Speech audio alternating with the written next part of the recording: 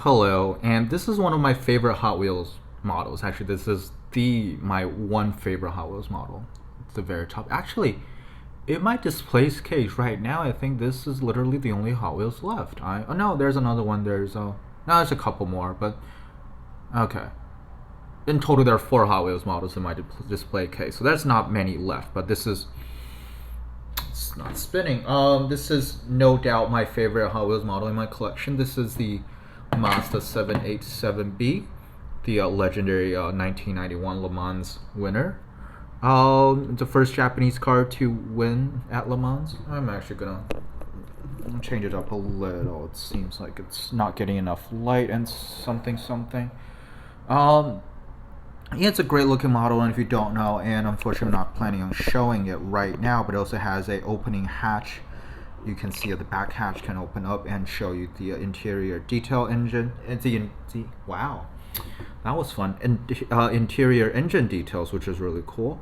I'm not gonna open it right now because it's a bit messy. It's not easy to do. This is the Infinity version. I think the E was a squiggly line supposed to be pronounced like EN, but I have completely no idea. I don't even know which language this is from. And it's the Team Transport version. Hot Wheels has done a previous blue version before. They've never done the Le Mans winner.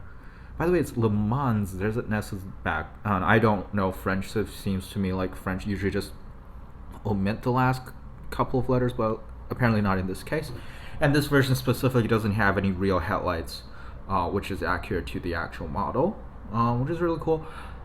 This one is a little bit bigger than 164, which is unfortunate, and like Hot Wheels almost always does, they fundle with the proportions a little, so it doesn't really look right either, which is a shame. I thought, like, was there stuff that's only been done for premium? This is only the second release, and both of them have been in car culture.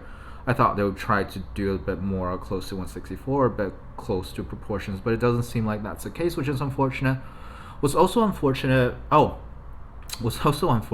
is that the back wing, because it's very soft plastic, it's weird, and having a bump around in the packaging a little bit just comes off weird. You can see mine is a little bent. This is not even the worst. The worst, you can see oh no, it's still here. I've tried so hard to try to make the back wing parallel to the car, but it just doesn't really work. It's hard. You probably have to put it in like hot water and straighten it or something, which I'm not gonna do. But what also is unfortunate is that there's not many alternatives. The best one obviously would be Tomica Limited Vintage, but being Tomica Limited Vintage, it's expensive, and in this case even more so.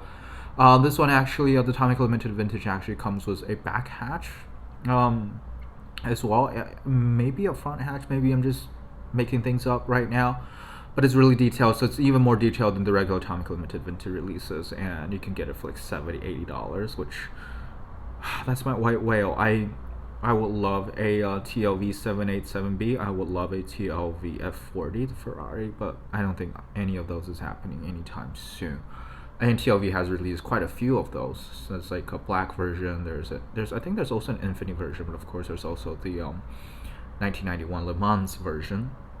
But there's one other company you can find it, and that's Sparky. Sparky is a model I showcased a long time ago. I had their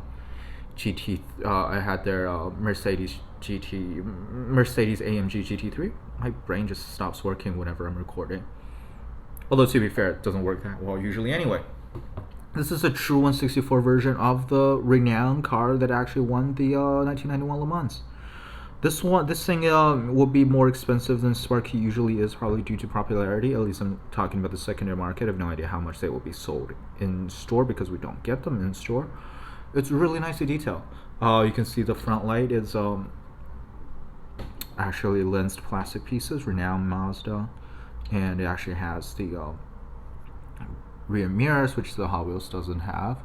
Awesome cockpit. You can see the print of the names of the dudes who drove this car. There's a Weidler from Germany, a J. Herbert from England, and I said I don't read French. B. Gachot would be my guess. I probably horribly butchered that. From France. So yeah, look at all of these details. Now the prints are not perfect as you would expect from Sparky.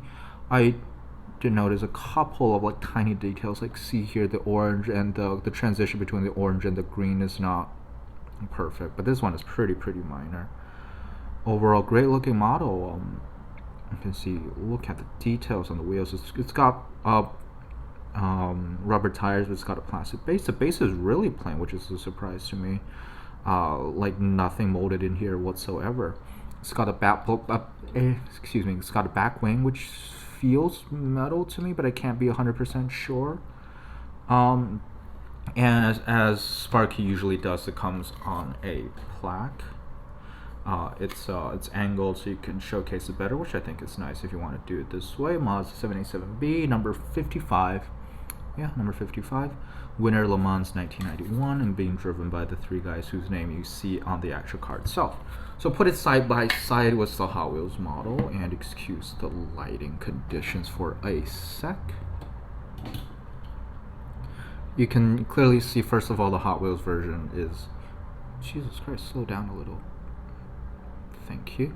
You can see the Hot Wheels version is very obviously a little bit larger than true 164, probably 162 to 160, somewhere around that range. Probably smaller than 160. And as we you can see, there's on the Hot Wheels model, there's not even a hint of rear view mirrors, which is fine. And when we get to the front, I think it's very obvious. You can see in the front, like Hot Wheels definitely curved. This is curved it much sharper than it's supposed to. I mean, if you look at the I'm comparing it to the Sparky model right now, but if you look at the actual pictures, the Sparky one is 100% the more accurate version. I mean, I still love the Hot Wheels model. It's really cool. It's really hefty in the hand. It rolls better. But this one is obviously a much better made model. If you're collecting, and being true to scale for me personally at least is very important.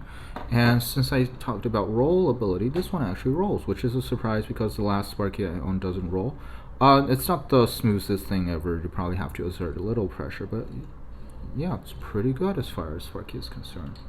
So if you really want the 1991 Le Mans winner, the Mazda 787B, and don't want to pay Atomica Limited vintage prices, this is probably the best you're going to get. I don't think I've seen any other company that does this. Sparky does a lot of race cars, and I think one of them I've been interested in is the there's a Toyota hybrid Le Mans car, and there is the Porsche 919 hybrid. Both are really cool. I think are worth looking into. But this one in particular is definitely a wonderful piece. That's it for today. I hope you enjoyed it, and thank you for watching. Talk to you again. Bye.